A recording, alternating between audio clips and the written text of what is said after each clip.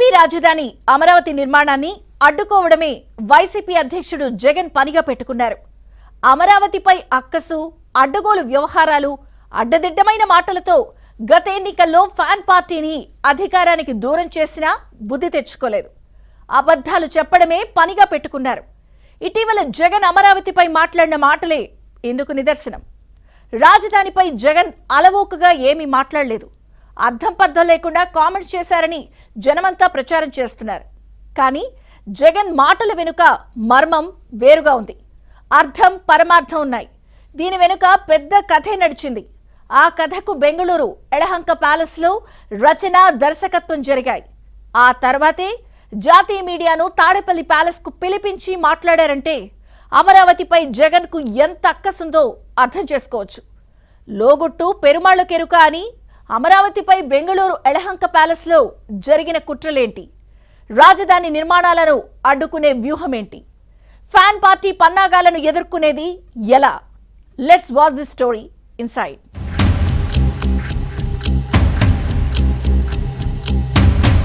రాజధాని అమరావతిపై వైసీపీ నేతల కుట్రలు ఆగడం లేదు. విషం చిమ్మడం మానుకోవడం లేదు. ఎందాకైనా వెళ్లి నిర్మాణాలను నిలిపివేయాలన్నదే లక్ష్యంగా కనిపిస్తోంది. అమరావతిలో అద్భుత నిర్మాణాలు జరుగుతున్నాయి. ఇది జగన్ కు నచ్చడం లేదు. కళ్ల ముందు కడుతున్న భవనాలను చూసి తట్టుకోలేక కుళ్ళు రాజకీయాలు చేస్తున్నారు. బంగారు గుడ్లు పెట్టే బాతులాంటి సెల్ఫ్ ఫైనాన్స్ సిటీ అమరావతిని భ్రమరావతితో పోల్చి తప్పు చేశారనే పశ్చాత్తాప భావం జగన్ను పట్టి పీడిస్తోంది. కమ్మరావతి అని కండకావరం ప్రదర్శించారన్న విమర్శలు ఉన్నాయి. కళ్ల ముందు కనిపిస్తున్న అమరావతి సౌధాలను చూసి జగన్ గుండె ఘోషిస్తోంది. లింక్ రోడ్లు, ట్రంక్ ఇన్ఫ్రాస్ట్రక్చర్ సింగపూర్ను తలదన్నేలా రూపుదిద్దుకుంటున్న అమరావతి ఓ అద్భుత నగరంగా ఆవిష్కృతం కాబోతోంది. వంకర బుద్ధి, టెంకర పనులు, చేష్టలతో నవనగరాలను నిర్మించే అవకాశాన్ని కోల్పోయిన జగన్ చరిత్రహీనుడిగా మిగలబోతుంటే చంద్రబాబు చరిత్రలో సువర్ణాధ్యాయం లిఖించబోతున్నారన్న ప్రచారం జరుగుతోంది. అద్భుత నగరాన్ని నిర్మించే అవకాశం కోల్పోయిన జగన్ దీన్ని తట్టుకోలేక ఇప్పుడు కుట్రలు పన్నుతున్నారు.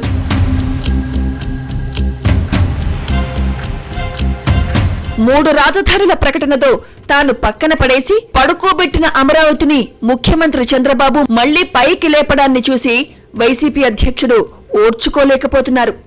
2014లో రాష్ట్ర విభజన తర్వాత టీడీపీ అధికారంలోకి వస్తే వైసీపీ ప్రతిపక్షంలో కూర్చుంది. అప్పట్లో ఏపీ రాజధానిగా అమరావతిని జగన్ సమర్థించడంతో పాటు 30,000 ఎకరాలు ఉండాలని చెప్పిన విషయాన్ని గుర్తుపెట్టుకోవాలి. కానీ అప్పట్లోనే 3 పంటలు పండే పచ్చని భూముల్లో రాజధాని నిర్మిస్తున్నారంటూ తన అనుయాయులతో జాతీయ హరిత ట్రిబ్యునల్లో కేసులు వేయించి ఆపించే ప్రయత్నం చేశారు. ఆహార భద్రత ప్రమాదంలో పడుతోంది, పర్యావరణం దెబ్బతింటోందని ఫిర్యాదులు చేయించారు. కానీ ఎన్జీటీ వాటిని కొట్టేసి ముంపు నివారణ చర్యలతో అమరావతి నిర్మించుకోవచ్చని తీర్పు ఇచ్చింది. తన ప్లాన్ భగ్నమైందని భావించిన జగన్ 2019లో అధికారంలోకి వచ్చిన తర్వాత మాట మార్చారు. 3 రాజధానుల పేరుతో 3 ముక్కలాట ఆడారు. అమరావతి అడవి, ఎడారి, శ్మశానం, మట్టి, మశానం అంటూ విషం చిమ్మారు. కానీ 3 రాజధానులపై ఒక్క అడుగు ముందుకు వేయలేదు. 2024 ఎన్నికల్లో జగన్ కు శృంగభంగం ఎదురైంది.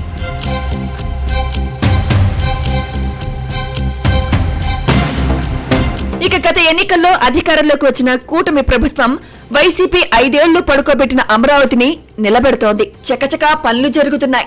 ప్రపంచ బ్యాంక్, ఏషియన్ డెవలప్మెంట్ బ్యాంక్, హడ్కో, జర్మనీ సంస్థ, KfW బ్యాంకులు 40,000 కోట్ల రూపాయల లోన్ ఇచ్చాయి. ఇవి కాకుండా DFIW బ్యాంక్ 7,000 కోట్ల రూపాయల రుణం ఇచ్చింది. జాతీయ బ్యాంకుల కన్సార్టియం కూడా లోన్ మంజూరుకు ముందుకు వచ్చింది. మొత్తం 56,000 కోట్ల రూపాయల పనులకు CRDA టెండర్లు పిలిచింది. 17,000 మంది కార్మికులతో శరవేగంగా పనులు జరుగుతున్నాయి. ఈలోపు రాజధాని అమరావతికి చట్టబద్ధత కల్పించేందుకు ప్రయత్నాలు ప్రారంభమయ్యాయి. పునర్విభజన చట్టంలో చిన్న సవరణ చేస్తే సరిపోతుందని భారత అటార్నీ జనరల్ కేంద్రానికి సిఫార్సు చేశారు. దీంతో పార్లమెంట్ బడ్జెట్ సమావేశాల్లో ఏపీ పునర్విభజన చట్ట సవరణ బిల్లు ప్రవేశపెట్టే అవకాశం ఉంది. ఇది రాజధాని వ్యతిరేకులకు మింగుడు పడలేదు. ఇలాంటి శక్తులన్నీ ఏకమై బెంగళూరు యలహంక ప్యాలెస్ కు వెళ్లి తక్షణ కర్తవ్యంపై జగన్ చర్చలు జరిపారని రాజధాని రైతులు పసిగట్టారు. అమరావతిపై హైకోర్టు త్రిసభ్య ధర్మాసనం ఇచ్చిన తీర్పును అప్పటి వైసీపీ ప్రభుత్వం సుప్రీంకోర్టులో సవాల్ చేసింది. అప్పుడు స్టే కావాలని అడిగినా కోర్టు తిరస్కరించింది. ఇప్పుడు ఆ స్పెషల్ లీవ్ పిటిషన్ సుప్రీంకోర్టులో పెండింగ్ లో ఉంది. ఇప్పుడు ఈ కేసు ఎప్పుడు బెంచ్ పైకి వచ్చినా రాజధాని వ్యతిరేకులు అందులో ఇంప్లీడ్ కావాలని కొత్త ప్రయత్నాలు ప్రారంభించారు. కృష్ణానది పరివాహక ప్రాంతాల్లో రాజధాని కడుతున్నారని చెప్పడంతో పాటు ఇదే అంశంపై మరోసారి జాతీయ హరిత ట్రిబ్యునల్ తలుపు తట్టాలని కొత్త ప్రయత్నాలు మొదలుపెట్టారని రాజధాని రైతులకు సమాచారం అందింది.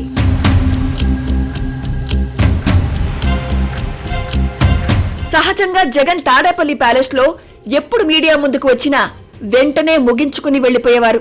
కానీ ఈసారి మాత్రం జాతీయ మీడియాను పిలిపించుకుని మాట్లాడారు. పైగా అందులో రాజధాని అమరావతిపై మాట్లాడిన వాయిస్ కట్ చేసి మరీ బయటకు వదిలారు. ఢిల్లీలో ఉన్న జాతీయ హరిత ట్రిబ్యునల్ న్యాయవాదులు, న్యాయమూర్తులు, సుప్రీంకోర్టు జడ్జీలతో పాటు బీజేపీ పెద్దలకు చేరేలా చేశారు. దీంతో ఇటీవల హస్తిన వెళ్లిన ముఖ్యమంత్రి చంద్రబాబు నాయుడు రాజధాని అమరావతికి చట్టబద్ధత కల్పించే అంశంపై కేంద్ర హోంమంత్రి అమిత్ షాతో చర్చించారు.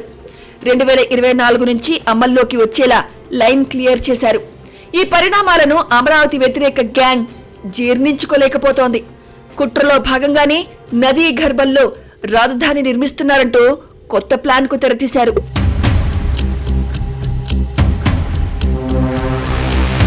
అమరావతి నిర్మాణాలు 29 గ్రామాల్లో జరుగుతున్నాయి. ప్రజలకు ఎలాంటి అభ్యంతరమూ లేదు.